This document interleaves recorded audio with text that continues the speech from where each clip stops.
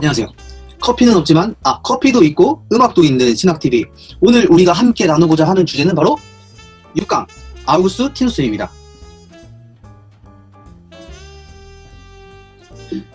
자, 아우구스티누스 모든 신학적 통찰의 원천이라는 주제를 가지고 우리 함께 나눠보도록 하겠습니다.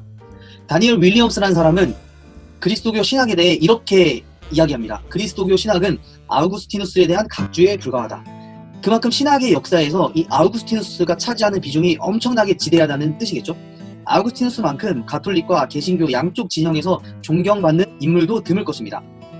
393년 히포 공의회와 397년 카르타고 공의회에서 성서가 현재의 형태로 확정되어지도록 영향력을 행사했던 사람도 바로 이 아우구스티누스의 영향을 받았다고 할 수 있을 것입니다. 교회의 기초가 되는 신학적 저술을 통해서 안셀무스, 아퀴나스와 같은 중세 스콜라 신학자들의 아버지였으며 자신이 수도원 공동체의 삶을 살면서 베르나르나 보나벤투라와 같은 신비주의 사상가들의 아버지로도 불리었습니다. 더 나아가서 뿐만 아니라 루터와 칼뱅을 비롯한 종교개혁자들에게 결정적인 영향을 미쳤기 때문에 종교개혁의 첫 선구자라고 불리기도 하였습니다. 이처럼 아우구스티누스는 교회사에서 모든 신학적 통찰에 마르지 않는 셈의 역할을 감당한 인물로 평가됩니다. 그렇다면 아우구스티누스는 어떠한 생애를 살았을까요?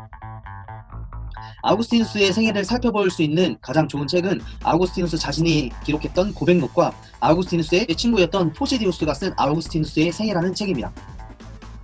아우구스티누스는 354년 11월 13일 북아프리카의 타가스테, 지금의 알제리 수카 아라스에서 이교도인 아버지 그리고 그리스도교인 어머니 모니카 사이에서 태어나게 되었습니다. 타가스테에서 초등교육을 받고 12살에 마다우라, 16살에 카르타고로 유학을 하여 수사학을 공부하였습니다. 한 여자를 만나서 동거하여 18살이 되던 372년에 아들 아데오다투스를 낳았습니다. 아우구스티누스는 유교에 빠져서 방탕한 생활을 하였고 이원론적 세계관에 기초한 마니교에서 9년간 생활하였습니다. 이후 수사학 교사가 되어 가르치다가 밀라노에서 암브로시우스 감독을 만나게 됩니다. 386년 32살이 되던 해에 밀라노의 한 정원에서 아우구스티누스는 회심을 경험하게 됩니다. 이후 어머니 모니카의 죽음을 보면서 후에 고백록에서 그는 이런 글을 남깁니다. 내 눈앞에서 세상을 떠나신 어머니를 위해 내가 잠깐 울었던 것을 잘못이라 생각하여 나를 비웃지는 마십시오. 어머니는 내가 항상 하나님 앞에 살도록 나를 위해 얼마나 오랫동안 우셨습니까? 어머니를 잃은 뒤 로마로 가서 잠시 머물다가 388년 고향인 타가스테로 돌아가 수도원을 설립하였습니다. 이후 391년 수도원 일로 히포에 방문했는데 이때 히포 감독이었던 발레리우스의 감권으로 사제 한 수를 받고 395년에 히포의 감독이 되었습니다. 그리스도교 신학의 근간을 마련한 인물로서 아우구스티누스는 35년 동안 히포의 목회자로서 마니교주의자들과 도나투스주의자들, 펠라기우스주의자들과의 논쟁을 통하여 고백록, 삼위일체론, 하나님의 도성 등 많은 책을 저술했습니다. 마니교와의 논쟁을 통하여 신론과 창조론을 확립했습니다. 마니교는 여러 혼합 종교로서 그리스도교로부터는 구세주로서의 그리스도에 대한 믿음, 불교로부터는 금욕적인 승려들의 질서, 페르시아의 종교로부터는 선과 악의 이원론을 채용하였습니다. 물질을 창조한 악한 신과 영혼을 창조한 선한 신, 역사는 어둠과 빛의 투쟁이며 인간의 운명은 별들에 좌우된다고 믿었습니다. 그리하여 이들은 천문학과 점성술을 숭배하였습니다. 아우구스티누스는 이후 천문학과 점성술의 모순을 발견하면서 책을 통해 마니교의 허구를 비판하였습니다. 마니교도 파우스투스 논박, 마니교도들에 반대하여 창세기를 논함, 참 종교론, 악과 자유의지론 등을 통하여서 피조 세계가 하나님에 의해 무로부터 창조된 선한 것이며 숙명적인 이원론을 배격하고 영적인 세계와 물질적 세계 모두를 주장하시는 한 분 하나님임을 주장하였습니다. 두 번째로 도나투스주의자들과의 논쟁을 통하여 교회론과 성례론을 확립하였습니다. 도나투스주의자들에 반대하여 아우구스티누스는 세례와 성만찬의 효력은 그것을 집례하는 사람들의 도덕적 자격에 좌우되는 것이 아니라 성례 그 자체에서 발휘된다는 사실을 강조하였습니다.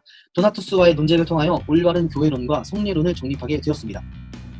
도나투스에 반대한 세례론, 도나투스파에 대하여 카톨릭 교인들에게 보내는 편지 또는 교회의 통일성에 대하여 도나투스파에 대한 견책, 악과 자유의지론 등을 통하여 교회 공동체는 완전한 자들로 이루어진 것이 아니라 알곡과 가라지가 함께 섞여있는 공동체로서의 교회를 주장하였고 온전하지 못한 성도들을 끝까지 사랑으로 끌어안고 교회의 통일성을 지켜가야 한다고 주장하였습니다.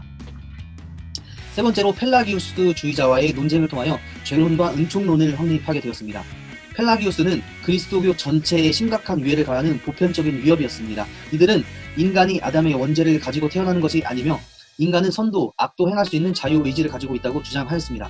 인간의 원죄를 부인하는 심각한 결과를 가지고 오게 되었습니다. 그래서 아우구스티누스는 죄와 벌과 용서 및 유아세례에 관하여, 영과 문자, 인간의 본성과 은혜에 관하여, 그리스도의 은혜와 원죄에 관하여, 은혜와 자유의지에 관하여라는 책들을 통하여 인간의 죄에 대하여 하나님의 은총의 절대 필요성을 주장하였습니다. 또한 이교도들과의 논쟁을 통하여 종말론과 국가론을 확립하였습니다. 아우구스티누스가 기록한 고백록이라는 책은 그리스도인들이 세상에서 어떻게 살아야 하는가에 대한 방향을 제시해주는 책입니다. 많은 사람을 신방하고 위로한 40년 히퍼의 목회자, 수도원의 수도자, 많은 신학적 진술을 통하여 기독교 신학의 체계를 세워갔던 신학자로서의 삶을 살아갔던 사람이었습니다. 또한 아우구스티누스는 하나님의 은총이라는 관점으로 자신의 문제들을 극복하고자 한 사람의 그리스도인이었습니다. 즉, 한 사람의 그리스도인으로서 하나님의 형상이었음을 알 수 있습니다.